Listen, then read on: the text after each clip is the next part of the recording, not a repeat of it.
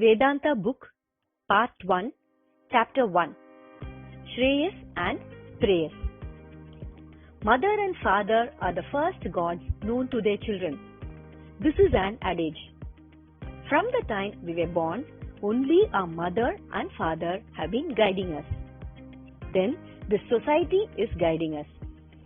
The culture followed by our mother, father, and our society has been our basic background.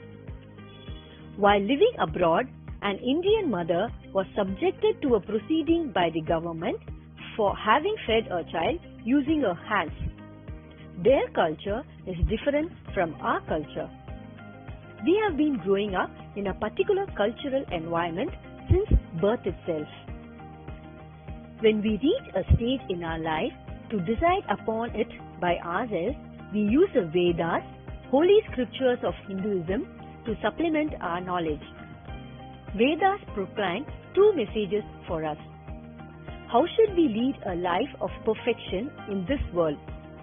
How should we follow dharma, righteousness? Vedas explain our lifestyle this way.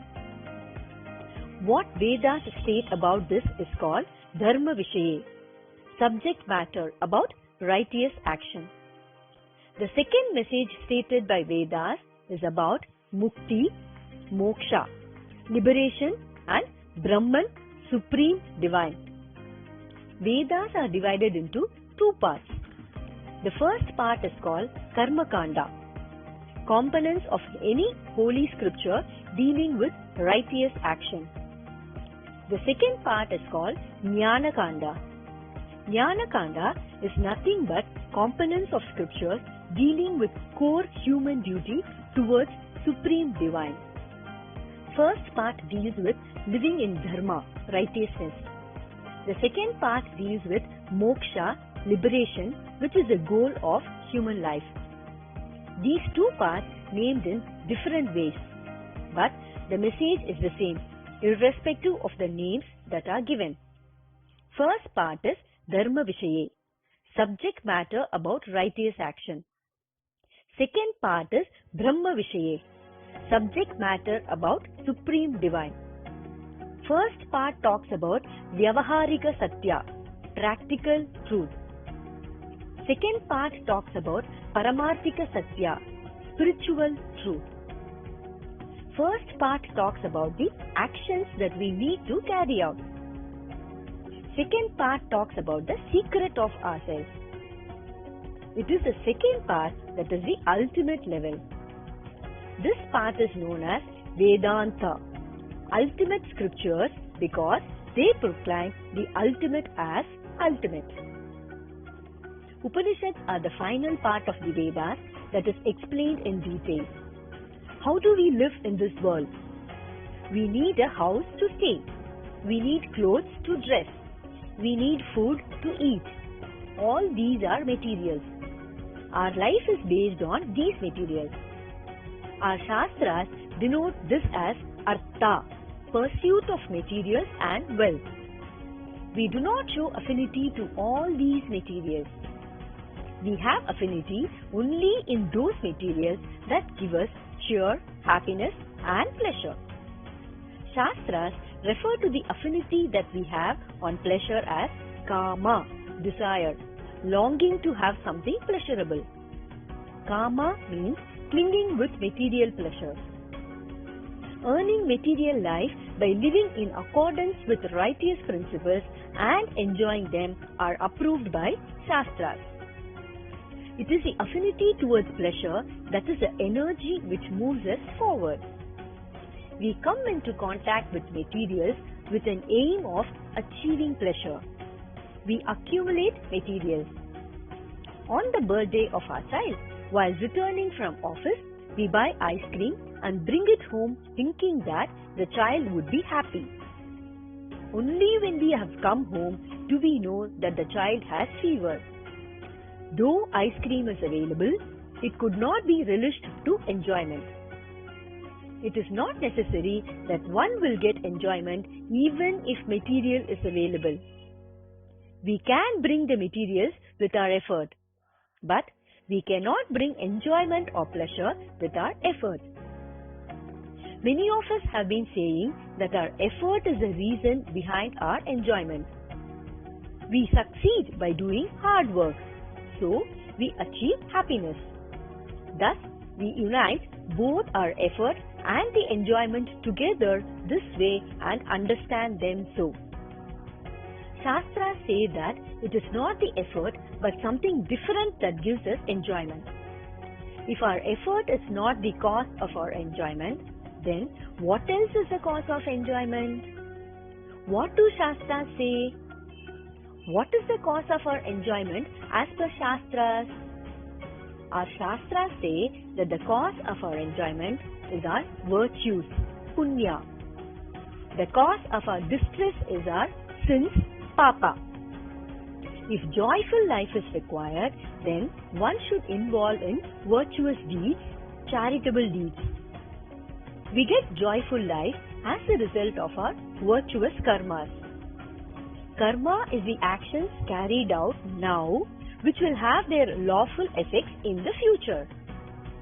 When we ignore dharma, righteous deeds, and involve in adharma, sinful deeds, they add sins to our life.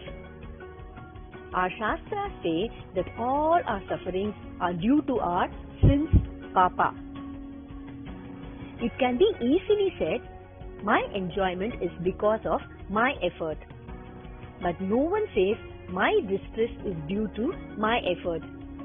Everyone tries to avoid suffering. Distress attacks us in spite of our effort. Every one of us likes a lifestyle that would enable us to establish a joyful life as a result of the charity obtained by involving in virtuous deeds with the goal of enjoyment. We all undertake only a joyful life this way. Involving in virtuous deeds by having interest in a joyful life like this is called preyas, worldly life by the Shastras. This preyas is nothing but using the benefit of our virtue for the purpose of a joyful life. Materials called artha and the pleasure called bhoga are all denoted by preyas. All those who have lived virtuously with good deeds are under the lifestyle of this preyas. The pursuit of kama, artha and dharma is denoted by preyas. Is it a wrong lifestyle? Do Shastras brush this aside? No, this is not a wrong lifestyle. This is the right way of life. This lifestyle is upheld by the Shastras. Shastras approve this. This preyas is associated with the first part of the two parts described by Vedas. The level that comes next to the three levels, namely Artha, Kama and Dharma, is the fourth level called Moksha or liberation. Moksha is the ultimate level that needs to be attained. Artha, Kama and Dharma are considered as the first part and Moksha the second part. Shreyas, spiritual life, is said to be associated with the second part as described by the Vedas. This is what the Shastras say. Shreyas denotes the effort put in towards knowing Atma and Brahman for the purpose of a mukti and moksha. Attaining jnana or enlightenment after getting freedom from the ajnana or ignorance is what we have set as our goal. We who have set such goal call ourselves as Atmasadhak Mumukshu. Mumukshu is a spiritual seeker for whom the desire to achieve enlightenment is the predominant goal in life. Our Shastras say that Chitta Shuddhi, purification of the mind, is very much essential to get freedom from Ajnana and then attain Jnana. Chitta Shuddhi denotes cleansing or purification of the mind. Jnana is possible only in the state of a purified mind. What should we do for purifying our mind? The strategy revealed by the Shastras for this is Shreyas. Purification of mind is attained by Shreyas or spiritual life. we utilize the benefits of our punya for the purpose of material life. Using the benefits of our punya for material life is called prayas. Punya is a reward that accumulates through performing good or virtuous or unselfish deeds. If we do not use our punya for material pleasures and use it only for purification of mind, that is called Shreyas. Shreyas is nothing but using the benefits of our punya only for the purification of mind. Similarly, Shreyas also happens through enduring wholeheartedly the distress caused by our papa or sin. Performing all our actions without giving importance to pleasure is called Shreyas. This kind of action is called as Karma Yoga. Our mind becomes purified through Karma Yoga. Vedas show the path of moksha or mukti ultimately after addressing artha, kama and dharma. Through Shreyas, we purify our mind and attain mukti through jnana. Vedas explain to us to lead our life like this.